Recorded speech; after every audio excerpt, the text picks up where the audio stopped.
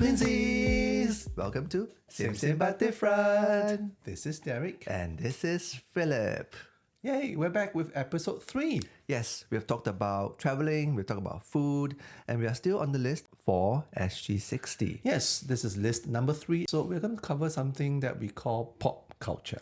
Yes, pop culture. Well, look, Singapore, we've gone through 60 years of nation building. There must be some key moments from our formative years. Yes, for sure. Up to now. Mm-hmm. And that's worth mentioning. Yeah, for sure. In the public landscape.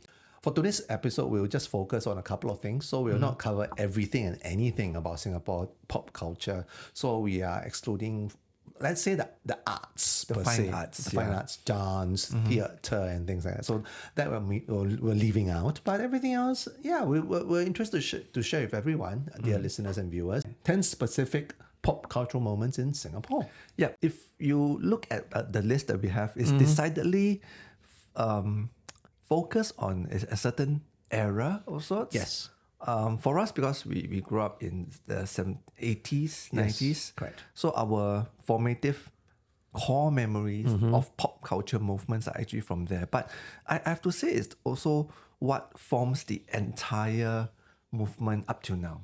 It always has to start somewhere, and nothing basically exists within a vacuum. Everything is influenced at one stage or another by whatever is preceding it. So if you think about this as a central theme, it could be something walked so that something else could fly. That's correct. So in a way, we are calling out what laid the groundwork to where we are right now as a nation. Yes.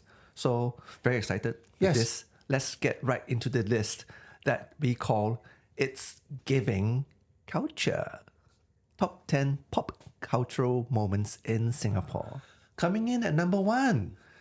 I'm getting goosebumps. What? when I think about the renaissance of TCS5 drama. Okay, so maybe just to give a context. Yes, let's teach the children, shall we? Let's teach the children. Yes.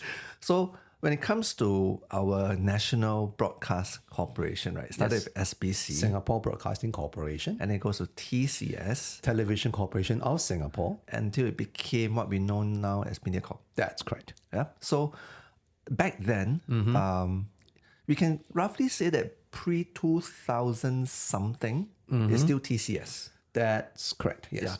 So post 2000 something is MediaCorp. So a lot of our references are going to be TCS references. Yeah, that's correct. Yeah. So the renaissance of TCS5, which is Channel 5. That's correct.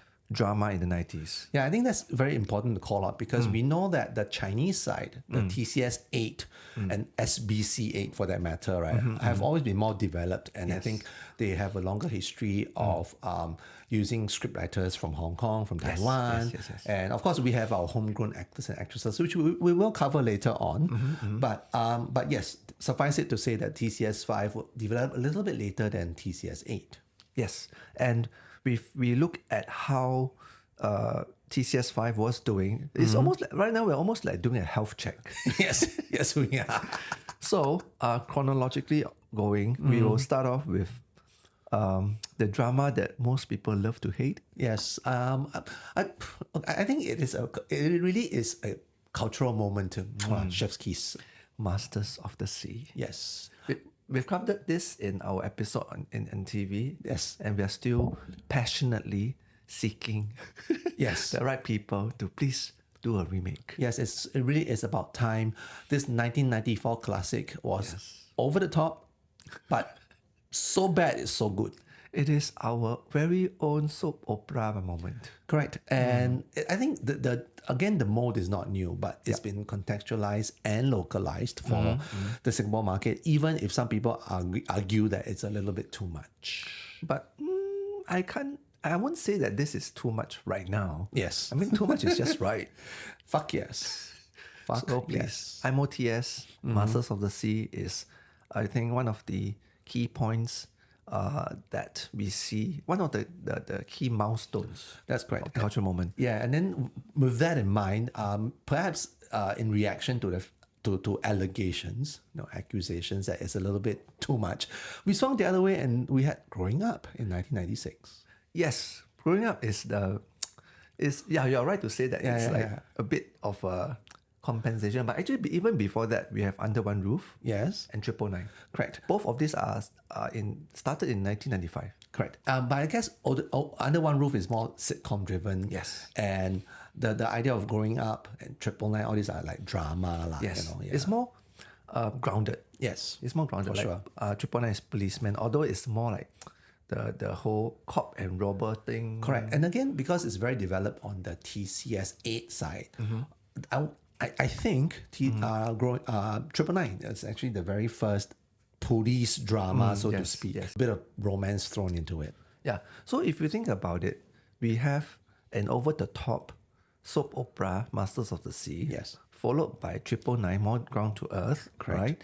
Growing Up is 1996, more nostalgia. Correct. More For the 70s, if you will, 60s and 70s. Yeah. And Under One Roof is one of our very first, if not the most successful attempt. That's correct. Of course, PCK, Pachukang after that, comes in 1997. Correct. But I would say Under One Roof is like the grandfather. Correct. Yeah. In a way, it laid the groundwork on what works from a comedy perspective. Like, what do Singaporeans love to watch when it comes to sitcoms? Yep. And then after all of that, we'll be remiss to not bring out again something that is so bad it could be so good. It could really be VR Man from 1998. Now, Derek, I've tried to find online any snippet of VR Man. So on YouTube, I could only manage to find a trailer. Yeah. And I think I'll just put it over here just for a little bit of flashback. I thought it was okay. Okay, the special effects could be better. Yes. The costume, okay, not sexy enough. Not sexy enough. If We there are need no to see nipples. Nipples and cock pieces. Yeah. We're not seeing that and we're disappointed. Look, James Lai. What if that was the sexual awakening of a lot of local boys? Comments in the comment section below. Yes, please. Was James Lai VR Man your sexual awakening? Ooh. Yes. But talking about sexual awakening, if you look at all of this, okay, maybe not all of it, but there are a good part of the actors, especially in MOTS, Masters of the Sea, VR Man, 999. Yes. There is this troupe of actors, almost predominant actors, who are pan-Asian. Now, Correct. it is almost like a movement back then. Yeah, I think we remember in the early 90s, again, in relation to Asia in the broader sense, ex-China, Asia, gaining economic confidence and independence, right? Understanding that, yes, there is a pan-Asianness. There's a look that kind of blends the best of both worlds. Someone who's Asian but still have that a little bit of, dare I say, Angmo-ness to it. It's terribly, terribly sexy. Look, there's James Lai with his American. It's definitely not British, American accent. Yeah. There's Robin Leong. Wait, was James Lai Indonesian though? We'll do a background check. Yes. Okay. Yeah. Okay. Yeah. James Lai, Robin Leong. Yeah. I think a couple of these other actors in MOTS and or bit parts, especially, I think the later seasons of 999 featured more model turned actors. It was an actual term, MTA, model turned actors, back in the early 90s. Yeah. It's a development that we like. Yes. And it's also, if you look at it on a social perspective, right, it's almost like an acceptance of this cross-cultural figure or face on national television. Correct. Not too Asian. Yeah. To the point where it creates some cosmopolitan feel, but Asian enough for us to say that person is not an outsider. Correct. So it's like a banana feel, right? Yes. A banana feel. A banana. Yeah. Tomato. Yeah. Right. So all of that made for very good television. Yes. I mean, good and bad. Like, if you look at VRMan and MOTS, right? But coming back to the point about MOTS being remade and our fervent plea for the relevant people to remake MOTS, Masters of the Sea, do we want to see VRMan again? I want to see VRMan. I want to see VRMan only because I think contextually it makes sense. 30 years later, it's time to talk about maybe AI lah. I don't know, I don't care, but just the silliness of VRMan, loving it. Right. So from TV, we're going into another part of TV, which Yes. also is quite linked to the previous point. Yes. In this list that we call is giving culture. Top 10 pop cultural moments in Singapore. Number 2. Cable TV. Yes. It was an interesting moment back in the early 90s to the mid 90s when Singapore Cablevision, SCV, actually came about in Singapore. And I think we call this a cultural moment because it allowed us to consume new content, new media content, not just within Asia, but international. So, of course, back in the day, whenever you want to watch a Hong Kong drama or a Taiwanese show, we had to rent videotapes or VCDs, yes. Right. So with the advent of cable television, technology, we are able to then consume content that's from the US, predominantly, Pop culturally speaking, it is yeah. from the US, and that's also where we got MTV. Yes. That's also where we got a lot of different sub-genres, which were not in the category that's being presented by TCS back then. Correct. Because, of course, state media being state media, right? You can't show certain kinds of TV shows. And even those, I guess, that we can consume on cable television was subject to censorship. Yeah. So why we say this was linked to the first point that we talked about was simply because without the advent of cable TV, right, which also came about in the early 90s onwards, it also prompted TCS back then to relook into their genres of television programs, especially when it comes to TV drama. That's correct. And I think the 90s was when we had Friends, right? Yes. Of course, it's a global phenomenon. And we are not saying that Under One Roof is Friends.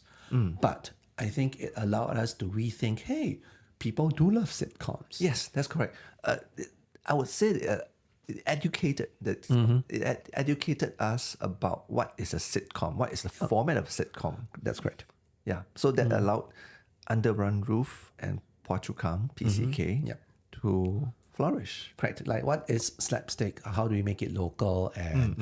And yeah, ultimately it worked. And then it just makes for a more healthy diet, if you will. Yeah. A smattering of local television with an sprinkling of international shows. Yep. Technology always pushes us forward. Yes, of course. I mean, for better or for worse. Right? For better or for worse. Yeah, that's correct. So cable TV, we love you. We love you. Anywho, moving on down the list, we also have another TV channel that was also a zeitgeist of sorts. Correct. In this list that we call is Giving Culture, Top 10 Pop Cultural Moments in Singapore. Number 3. Do you remember Channel U? Yes, Channel U was quite the development in the landscape for Chinese language state-owned media in the early 2000s. Actually, yes. In our research, its lifespan was from 2001 and to 2005.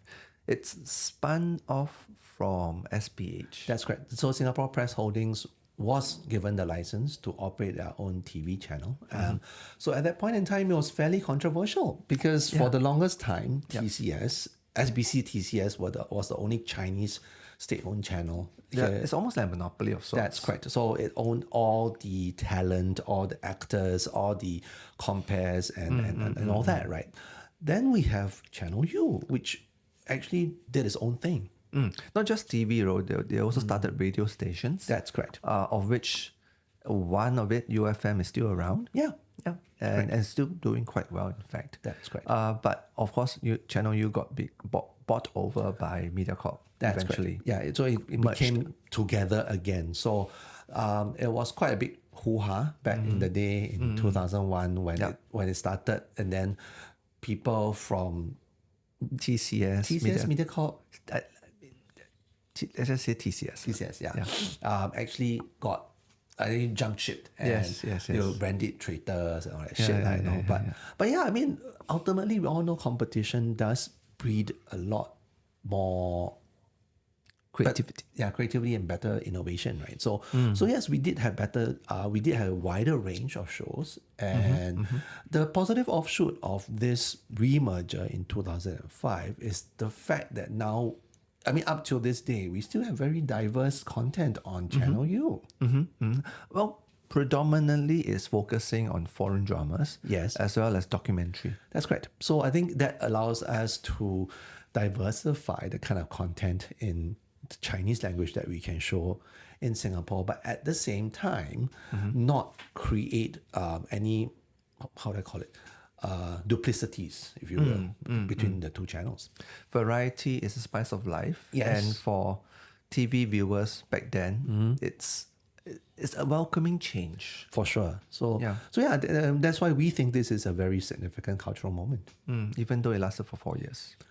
But a good 4 years. It's a pity. Yes, it's a it's a pity pity. though. Yeah. Let's just pour one out for Channel U. Fuck yes. 20 years later. Cheers. Cheers.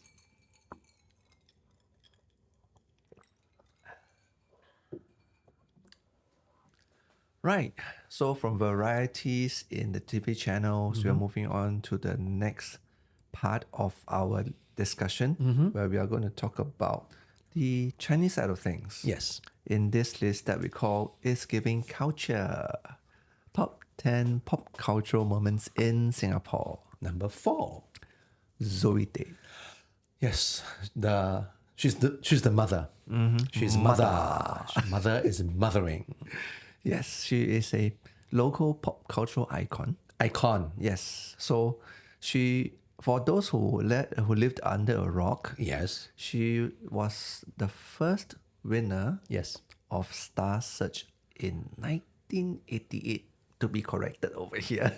It's been a while. Yes. Yeah, and she has done quite a lot over the past Let's say 40 years. Let's say 40. That she's almost in this industry. Right. Who knew a pig farmer's daughter can blossom into the mother? Yes. I mean, there were some starlets who tried to usurp the throne. But I guess they were never successful. Yes, because Zoe Tay is Zoe Tay. Fuck yes. Well, having said all of that, she can do no wrong. Are we sure? Except Yes. for that movie, 孩子树. Yes. That, I believe, was MediaCorp's Raintree Pictures. Pictures.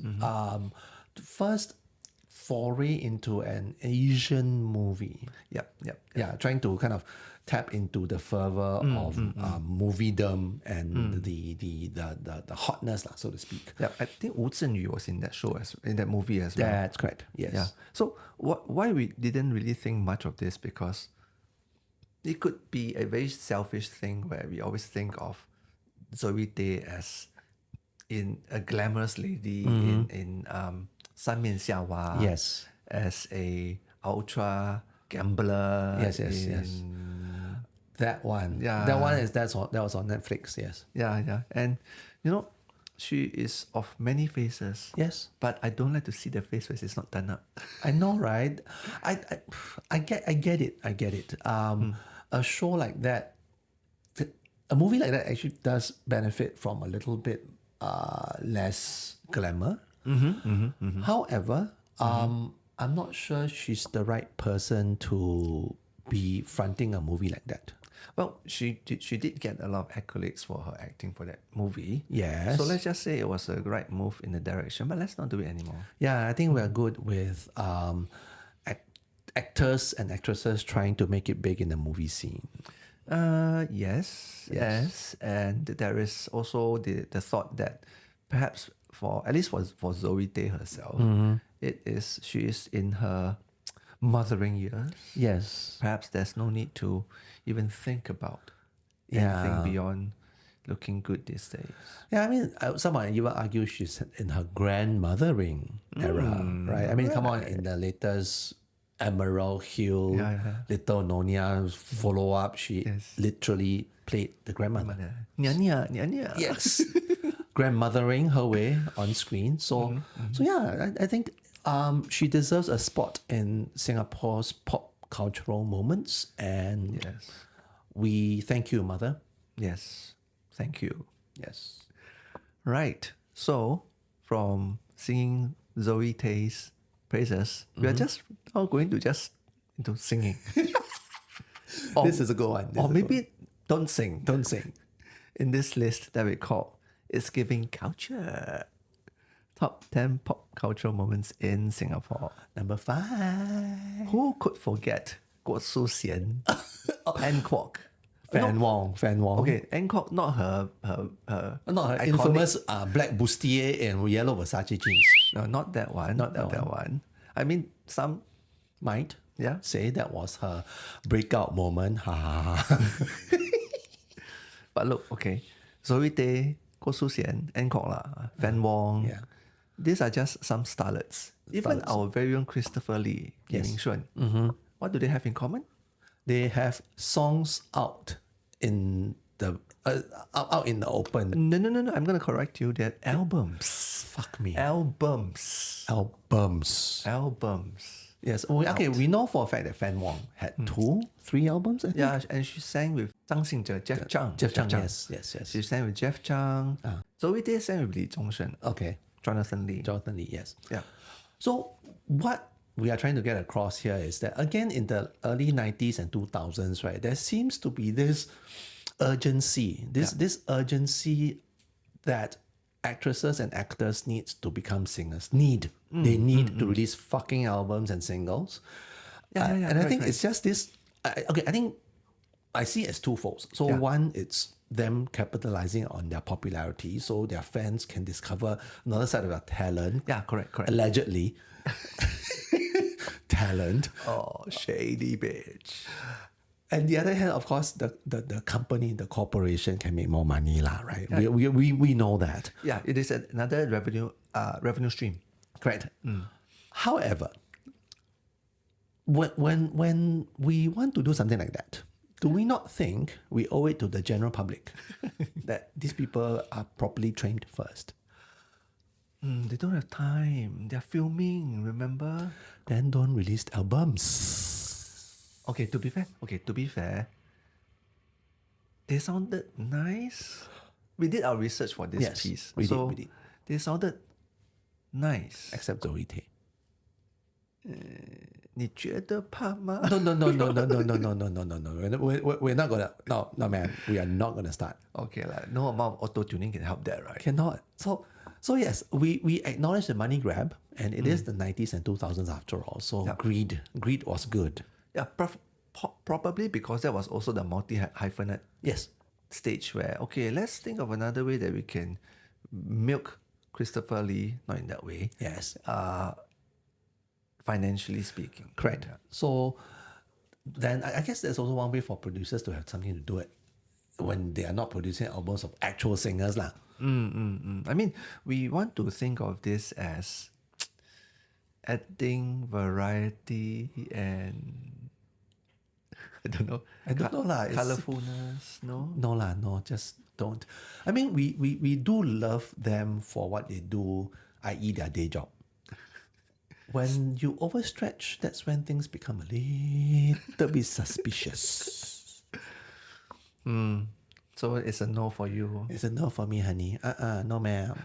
This has been kind of a phenomenon, and we can thank them for their contribution. For being bad trailblazers, you're saying? Well, whatever good or bad is still trailblazing, right? Let us know what you think, dear listeners and viewers. Yeah, don't come for us and Cook's fan. Please don't. Or do, I don't know, I don't care. We could do with a bit of controversy. Whatever the case is, it is an undeniable fact / blip that happened in the local pop cultural scene. That's correct.